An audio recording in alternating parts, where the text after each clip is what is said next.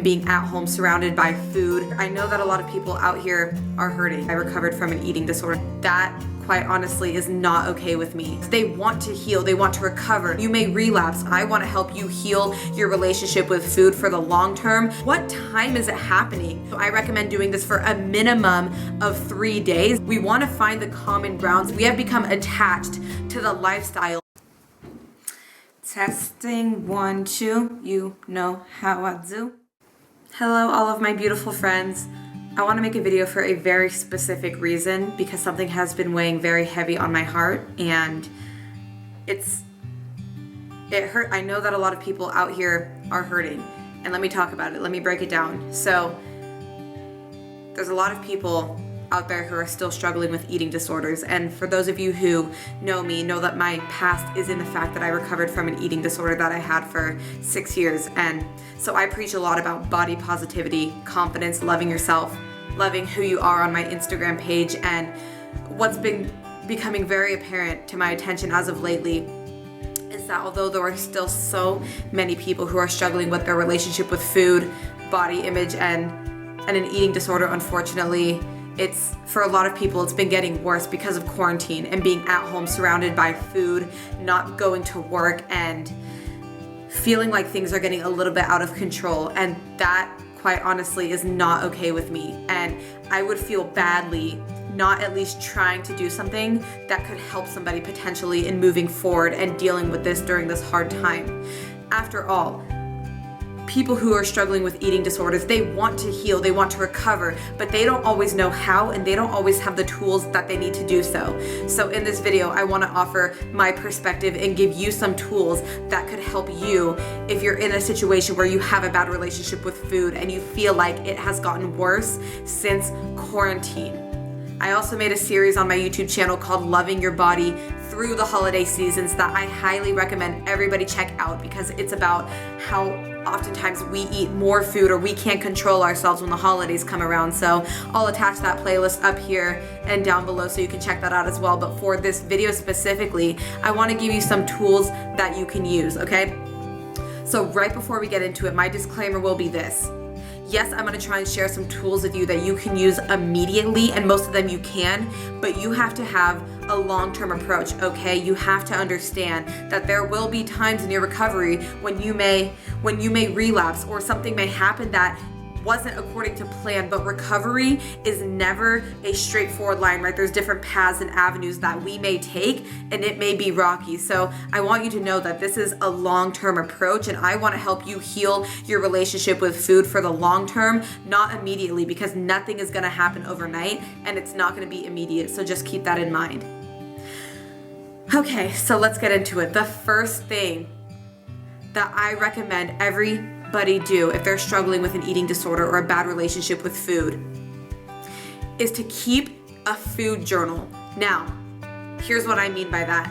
Keep track of at what points, not what you're eating throughout the day, unless you want to, so you can get a good idea of where the nutrients is coming from and where maybe it could be improved. But what I mean by this is when you feel the urge to binge or purge or anything of the sorts, write it down. What time is it happening? Think to yourself, okay, this takes some self-awareness. Why is it happening?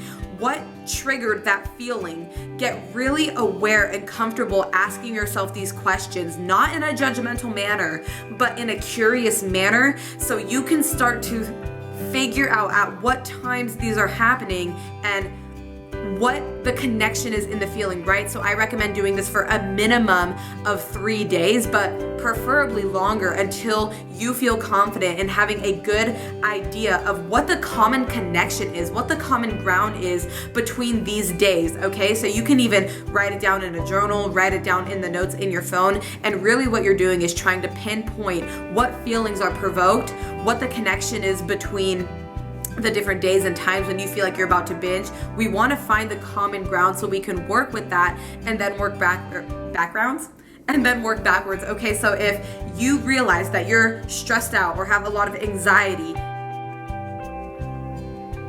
every single time, that's a common connection. That's a common link. So you're not just wondering, why is this happening to me? I don't understand it. I don't get it. Okay, we are figuring it out, and we're gonna figure it out with actual words on paper. So that's what I would recommend you do first. And just so you know, yes, I am encouraging you to think about food more in this instance, but again, it's for the long-term benefit of healing your relationship with your body and food, and hopefully getting the courage and the motivation and everything that you need in store so you can overcome your eating disorder fully and wholeheartedly, okay? Because oftentimes we look for food, or we seek out food for comfort, to comfort us somehow. You know, in a lot of ways, eating disorders are egocentric, which means that when we try to recover from our eating disorder in our relationship with food, it's almost like taking a part of us away, because we have become attached to the lifestyle, and it's weird to have something ripped from us that we once sought out for comfort, okay? So just know that this process is uncomfortable.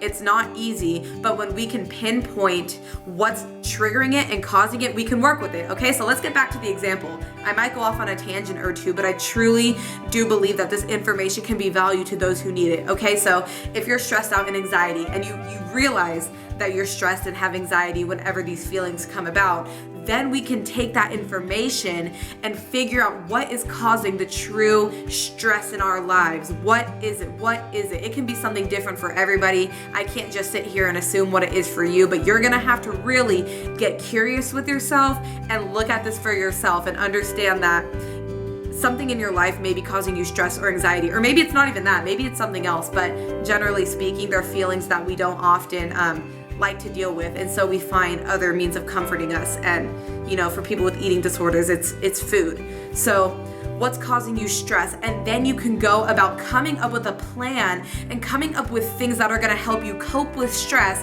that are outside of food. And here's why.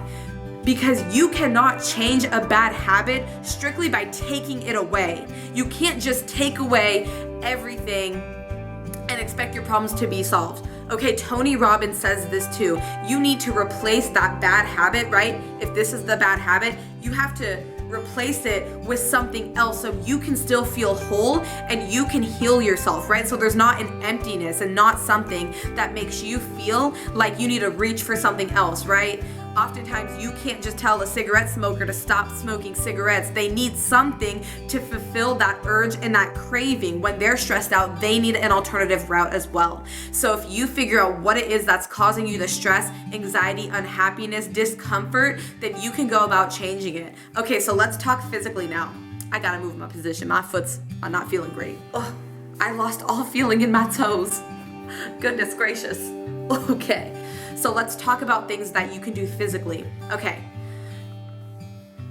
This depends if you live alone or if you live with a family that buys your groceries for you. Obviously, you have more control over what goes into the house if you live alone and you are the person who buys the groceries. But my guess is most of the people watching this maybe aren't that person, and maybe you live with other people, but you can adjust this accordingly. So again, my approach is never to take out.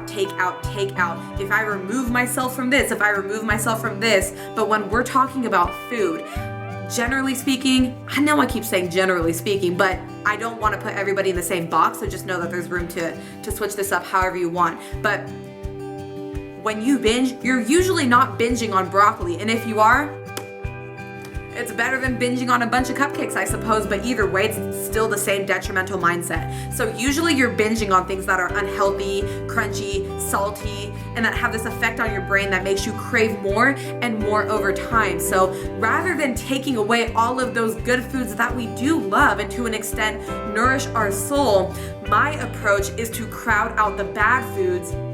Okay, let me rephrase that, because I don't want to put foods in a box as good or bad, but more nutritious and less nutritious. Okay, so let's crowd out the less nutritious foods that make us feel worse physically with the more nutritious foods, right? So if you're gonna have a burger and fries, and you know, if you do struggle with your relationship with food, then you probably might not want to eat either. But the truth is that you need to eat, and food is energy and food is life. So let me fix this really quickly.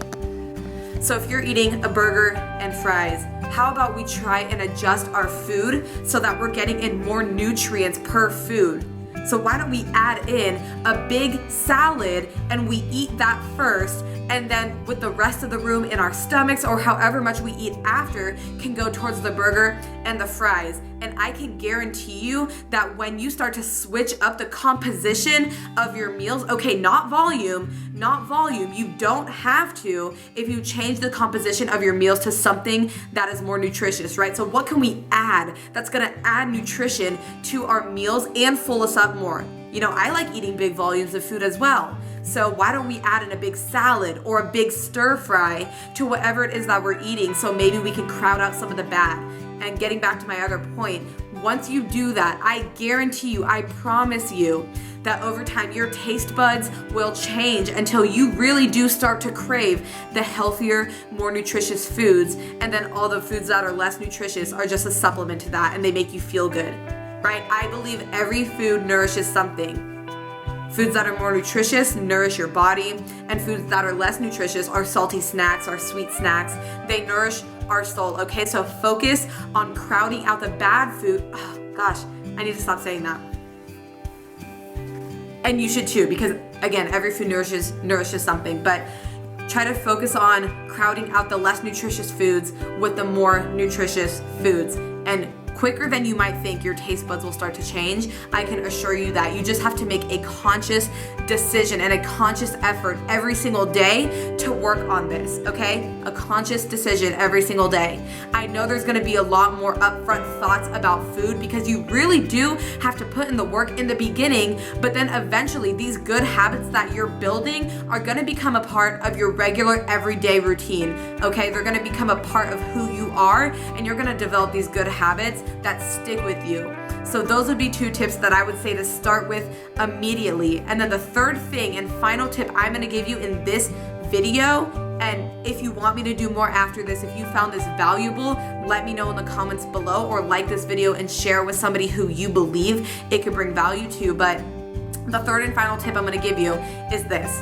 If you have a scale and there's no medical reason that you need it, go break your scale right now. Unless, there's obviously exceptions to the rule, but unless you have a medical reason that you need to have a scale and know what your weight is, smash your scale. I have not weighed myself in 2 years, and I don't plan on it. Every time I go to the doctor, I tell them I don't want to know. I don't want to know, okay? So smash your scale. The next would be, you don't need to look at your body every single day. You don't need, hi friend. You don't need to look at the way that you look every single day for the sole purpose of comparing yourself to the way that you looked before, right? I just did a post on my Instagram about this recently. My Instagram is, at EdenGold_. You can check it out if you want. I post a lot about this kind of stuff, but you don't need to look at your body in the mirror every single day, okay? We're looking at long-term, not short-term. So if you're going into the bathroom with a negative mindset already, that's not gonna be helpful to you. So you have to make that conscious decision to not just solely try and compare your body to how it used to look or anything like that. And the next thing that you're gonna do throughout this whole process, this kind of ties into the first point, is you're gonna journal and document your process this whole time. Again, we're finding connections in the way that we feel so we can figure out what's working for us, what isn't, okay? Be your own best client, and then you can go on to help other people, okay? So make sure you're journaling your process. Make sure you're talking about it with somebody if you have somebody. You can video record yourself. You can journal on a piece of paper. You can journal online. But keeping track of your own progress is going to be what's going to help you in the long term. So let me know what you thought of those tips if you like them. I really do think that they could be beneficial to you, and I really want to be here to help you. And I know that this isn't easy. I know that it's not easy. I know that it was the worst thing and the hardest thing that I've ever gone through in my process of recovery. But if you did find any value in this video and want me to do any more like this video, comment, check out my Instagram. And with that being said, I wish all of you luck. I'm sending you my love, and till the next time.